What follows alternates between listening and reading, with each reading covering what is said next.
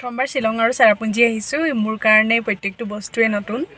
ইয়াৰ ৰাস্তাৰ পদূলিৰ পৰা অলিয়ে গলিয়ে সকলোবিলাক মোৰ কাৰণে নতুন আৰু মোৰ প্ৰত্যেকটো বস্তুৱে ভাল লাগিছে, বিশেষকৈ ইয়াৰ নেচাৰেল পৰিৱেশটো আৰু ইমান ধুনীয়া পাহাৰবিলাকৰ মানে একদম কুঁৱলীয়ে পূৰা পৰি আছে আৰু বহুত ভাল লাগিছে। আৰু তাতে আমাৰ অকণমানি জীও মানে ৰাস্তাটো ইমান আমনি কৰা নাই, কিন্তু তথাপিও অকণমান উৎপাত কৰিছে আৰু সেইকণটো কৰিবই ল'ৰা ছোৱালীয়ে। কিন্তু আগতেও কৈছোঁ মই ল'ৰা ছোৱালী লৈ পিনি ট্ৰেভেল কৰাটো ইমান সহজ কথাও নহয়, যিহেতু মোক খোৱা বোৱা কৰাৰ পৰা তাইক গা চা ধোৱালৈকে সেইখিনি সকলো কৰিব লগা হৈছে আৰু তাৰপাছতহে আমি ওলাই আহিব পাৰিছোঁ। আৰু এতিয়া এয়া আমাৰ যাত্ৰা মানে কৰি আছোঁ। আপোনালোকে কিন্তু শেষলৈকে চাব, নোচোৱাকৈ কিন্তু নাথাকিব। লগতে যদি ছাবস্ক্ৰাইব কৰা নাই ছাবস্ক্ৰাইব কৰি দিব আৰু লাইক কমেণ্ট শ্বেয়াৰ কৰিব নাপাহৰিব। কেনে কুঁৱলীৰ মাজত আমি সোমাই আছোঁ, ইমানেই ভাল লাগিছে। অসমত চাগে এতিয়া ইমানেই গৰম হৈ আছে, আমাৰ ক'বলৈ ভাষা নাই, ইমানেই ঠাণ্ডা লাগিছে আমাৰ। এই দেখিছে নাই কুঁৱলী, ৰ'ব দেখা পোৱা নাই, ইমানেই কুঁৱলী। আৰু ভাবকচোন বাৰু আপোনালোকে ইমান ঠাণ্ডা হ'ব ইয়াত। এনেকুৱা লাগিছে যেন ইয়াতে থাকি যাওঁ। এতিয়া আমি তিনিওটা উভতি গৈ আছোঁ চেৰাপুঞ্জীলৈ।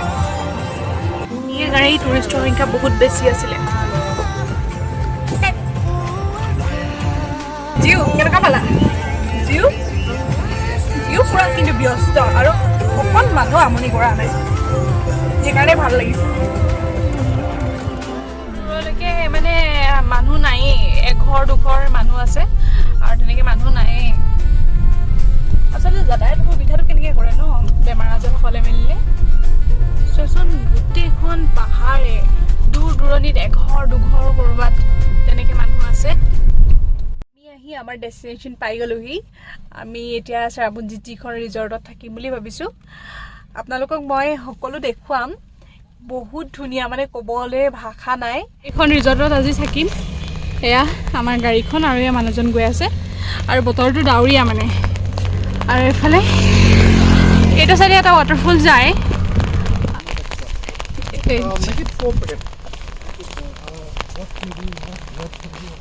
এইকেইটা কটেজ আছে ইয়াত, কমেও 2, 4, 6টা আছে। আৰু সেয়া আমি গৈ আছোঁ আমাৰ ৰুমৰ ফালে। বৰষুণটো অকণমান মানে ডাঙৰকৈ আহিছে। ছাতিটো ধৰিবা। এইটো হৈছে আমাৰ ৰুমটো আৰু এইটো এটা ৱাৰ্ড্ৰপ, সেইফালে বাথৰুম, এখন বিচনা আৰু এয়া মই। তাৰপাছত ভাল লগা বস্তুটো হৈছে এইটো হৈছে বেলকনি।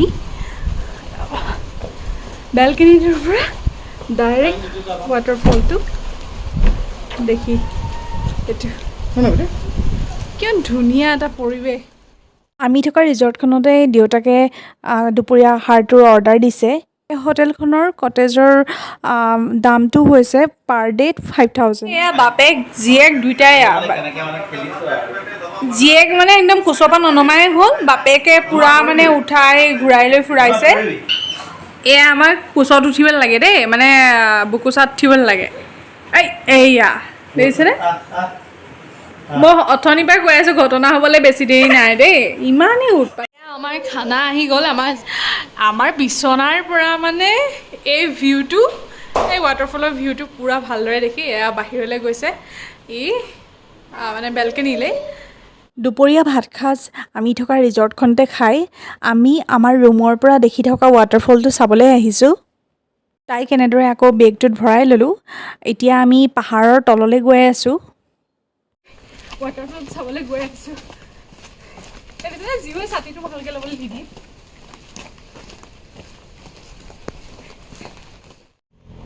আমি মানে ৱাটাৰফলটো চাবলৈ গৈছিলোঁ, কিন্তু বহুত মানে ষ্টেপকেইটা খাৰা হয় মানে, সেইকাৰণে মানে আমি নগ'লোঁ আৰু তললৈ। 15 মিনিট যাব লাগিব, তাৰপাছতে ৱাটাৰফলটো পায়। আকৌ ফাইনেলি বৰষুণৰ অন্তত ৰ'দৰ পোহৰ যেন দেখা পালোঁ। হঠাৎ একচুৱা পাহাৰ ৰ'দৰ পোহৰেৰে আৱৰি ধৰিছে। এতিয়া সময় অলম'ষ্ট 5টা বাজি পাৰ হৈছে আৰু সেয়া সুন্দৰ ৱাটাৰফল। অৱশেষত দিনটো উৎপাত কৰি সেয়া শুই আছে অকণমানি, আৰু আমি মাক বাপেক দুয়োটাই এয়া পূৰা আৰু ভিউটো একদম পূৰা এনজয় কৰি আছোঁ। ইমান ভাল লাগিছে নহয়। আচলতে ক'ৰবাত ফুৰিবলৈ আহিলে মানে মাক বাপেকৰ মানে বিশেষকৈ দায়িত্বটো থাকে যে ল'ৰা ছোৱালীখিনি ভালদৰে মানে চোৱা চিতা কৰা, নহ'লে দুখ চুখ পালে কৰিলেতো নিজৰে বিপদ হ'ব। আজি আমাৰ ছোৱালীয়ে মানে গাড়ীটো বহুত উৎপাত কৰিছে আৰু ইয়াতো বহুত উৎপাত কৰিছে, আৰু এতিয়া শুইছে ফাইনেলি। আৰু আমি বহুত সুখী, মানে ইয়াতকৈ সুখী মানে আৰু একো হ'ব নোৱাৰে। মানে অকণমান সময় মানে শান্তিৰে আছোঁ, নহ'লেতো তাইক চাওঁতে মেলোঁতে তাই পৰিব নেকি, হেৰি কৰিব নেকি, এনেকুৱা নিচিনাকৈ থাকেও। তাকে মানে গধূলি সময়টো ভাল লাগিছে এনেকৈ। এয়া দেউতাক আৰু জীয়েক দুইটা শুই উঠিছে, আৰু আমাৰ খানা আহি, এইটো ৰেষ্ট লোৱা বুলি নকয় আৰু, আমাৰ এয়া খানা আহি পালেহি। এয়া চিকেনৰ সৰু সৰু পিচ, আৰু ইয়াত আছে মানে পৰ্ক ফ্ৰাইড ৰাইচ।